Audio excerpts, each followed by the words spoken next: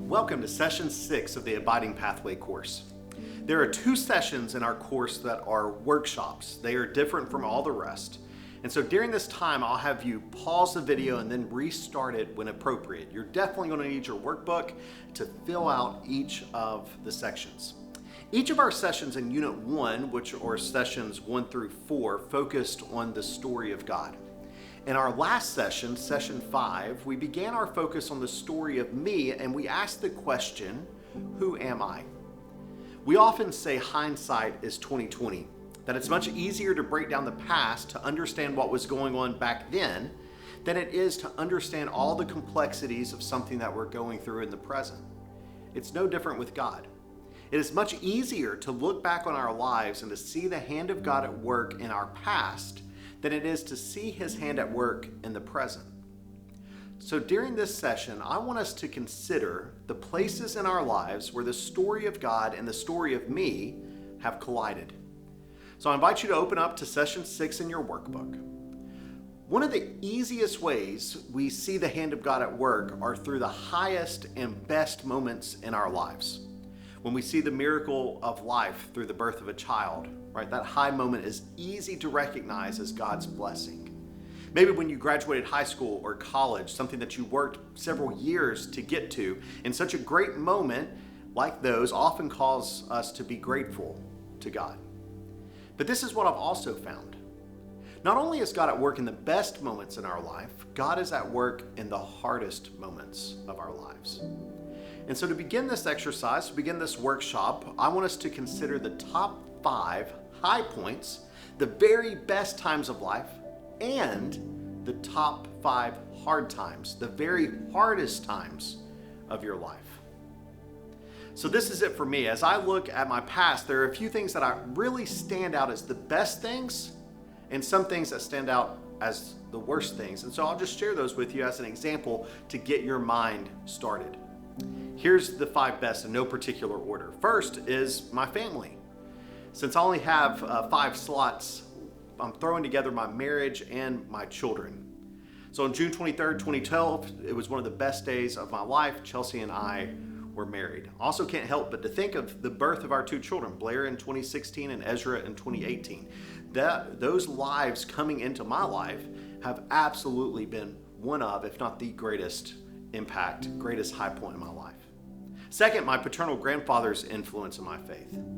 My grandfather was a pastor and a church planter. He planted multiple churches in East North Carolina throughout his life, and him and my grandmother helped raise me. I was at their house nearly every single day growing up. Before my eyes, because of them, I saw a marriage that lasted nearly 60 years before his passing. I saw a man who loved God above all, who abided in Jesus day after day after day. And it's because of him that I knew while I was growing up that becoming a pastor is one of the greatest callings that anyone could ever have. There's no doubt in my mind that I'm a pastor because of him. So that's one of my high points. The third one is my church home throughout high school, Mayfair United Methodist Church in Kingsport, Tennessee. It was through the youth group at Mayfair that I fell in love with Jesus. It was through the youth group at Mayfair that I saw other kids on fire for God and that being a Christian could be cool. It was through the youth group that I fell in love with missions and being able to serve those that are less fortunate than us. And it was through youth group that I accepted myself a call to occupational ministry that has shaped everything that's come after. My fourth one is my seminary experience. It was through seminary that I experienced true community, where I fell in love with knowing more about God and truly worshiping him. So much of the pastor I am today was shaped by my time living in Wilmore, Kentucky at Asbury Theological Seminary. The last high point that I would mention is what I get to do now. I get to pastor St. James. I get to be a leader in our denomination. It is such a wonderful opportunity and a place where I can invest so much of my life. St. James is one of the best churches I've ever known, and I helped to get to shape a brand new denomination, more than this boy from the mountains of Tennessee could have ever hoped for. Now, in the opposite way, when I think about the hard times, I can name those pretty easy as well. Again, I want to share with you my hardest in no particular order. First was my parents' divorce.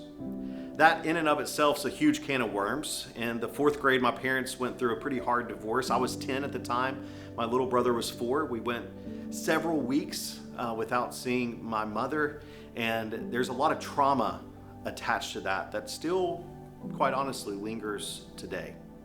Second, and a huge one, was the death of my brother Samuel. Samuel drowned the day after his 19th birthday in a horrible accident. It was 8 days after Chelsea and I got married. We were on our way back from our honeymoon when I got the call from the sheriff's department informing me of his passing. I had to let my parents know. I had to call my dad, who was working in Australia at the time, and tell him that his son was dead. A conversation that still haunts me to this day. Third is my relationship with my mother. Throughout the past almost 30 years, my relationship with my mom has been good most of the time, but it's been bad more often than I would like. From the divorce and some of her choices to things that no one chose, including her, health issues that she faces, the loss of and the death of her son. All things that have strained our relationship through the years. It's been a difficult part of my journey. Fourth is the first year of marriage with Chelsea.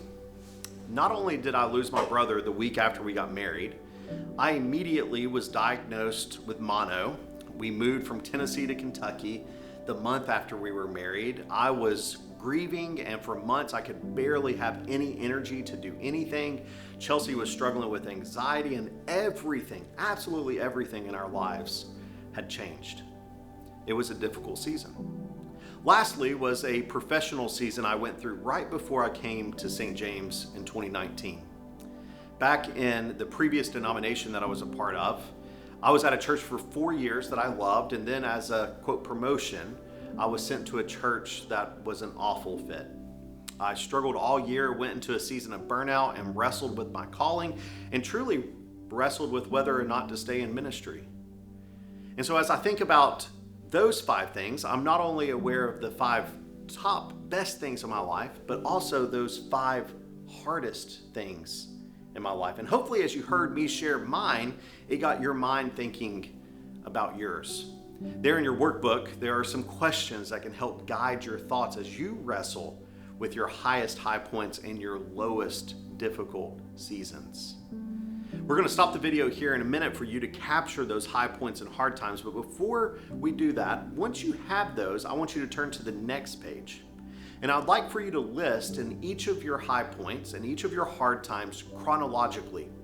And then I want you to rank them on how high each high point is and how hard each hard time was in relation to each other. In other words, in order for them to make your list, they're probably all close to 10, but don't give them all 10. Rank them in relation to each other. Then stop, and I'll tell you what to do next. So now pause the video and return to it once everyone is through the chronological graph.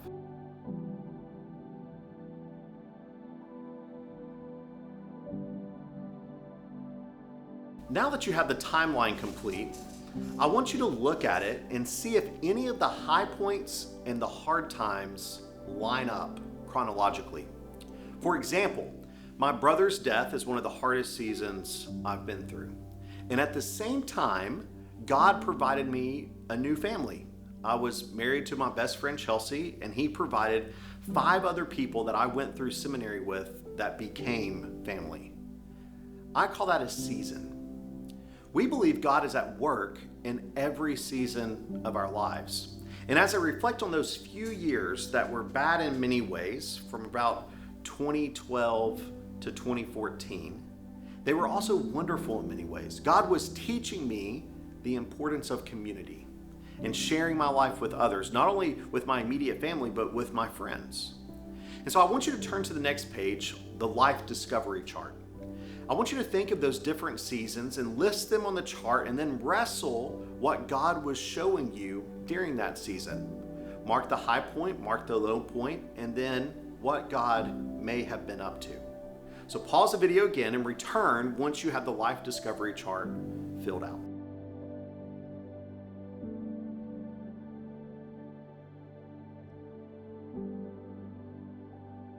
Now that you've wrestled through the life discovery chart, I want you to take note of it. Note the seasons, note the high points, the hard times, what God was showing you about himself during those various seasons. And then at the bottom is a little reflection. What are some of the primary things that God has been showing you through the good and the bad? On the next page, page 23, is my life story. I invite you to take all the things that you've been thinking about, all the things you've been wrestling through, and start to see what God might be showing you. You know, it's hard to share your life story. I just shared a lot of my life story. It took me longer than 6 minutes, much less than 6 words. However, if we can learn to tell our story in as few words as possible, we can always expand on it later on. So if you had to condense your story into 6 words, what would they be? There's an example here that God stayed when everyone else left. There's places for you to write a few drafts, and maybe it takes 7 words or maybe 4 or 5 words, but I want you to wrestle with making it shorter. For me, when I think about my story, I think about this theme, that God carried me through loss with community. When I was struggling, going through a season of divorce, going through a season of struggle, God surrounded me with a youth group. When I was struggling through the loss of my brother, through the difficulties of my first year of marriage, God provided me not only Chelsea, but a friend group that became closer than brothers and sisters. When I was struggling through a professional season that was very difficult, God gave me St. James. And so through every season of loss in my life, God has surrounded me with people who love me, who care for me, who have been community for me. And so God carried me through loss with community. I wonder what it is for you. When you think about the good times, when you think about the hard times, when you think about what God was teaching you through all of it, I think you might be surprised that there's a theme that probably runs through it. That God, in fact, was at work in every season. Not only in the good times when it's easy to point out God's hand, but in the hard times when it was really difficult. And I wonder if you could tell that story in 6 words, what would it be? For me, he carried me through loss with community. What is it for you? The reality is, this workshop is meant to help us think about where God has been at work in our lives. The reality is, few of us slow down long enough and think thoroughly enough about the places where God's been at work. But here's the reality. It's when we notice the faithfulness of God in our lives that we can trust God with our future. And so as we continue through this Abiding Pathway course, we want to get to that point. And so we've marked this time in session 6, this workshop, in which we consider the ways that God has been faithful in our lives through the best of times and through the worst of times.